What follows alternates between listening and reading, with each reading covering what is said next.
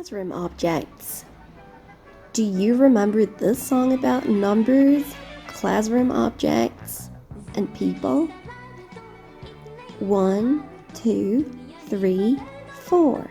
Desk, board, window, door, bin, book, teacher, chair. One girl here, one boy there. Let's talk about these objects and people.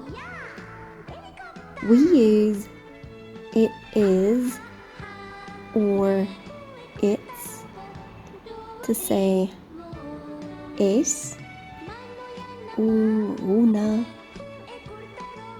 It's a desk. It's a board. It's a window. It's a door. It's a bin or waste paper basket. It's a book. It's a chair. More classroom objects. It's a cupboard. It's a bookcase. It's a school bag. It's a pencil case. It's a book. It's a notebook. It's a pencil. It's an eraser or rubber.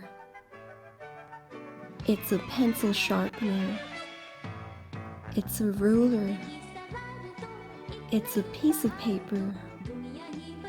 They are crayons. It's a pair of scissors. It's glue. To talk about people, use she is or she's a girl. Ella es una niña.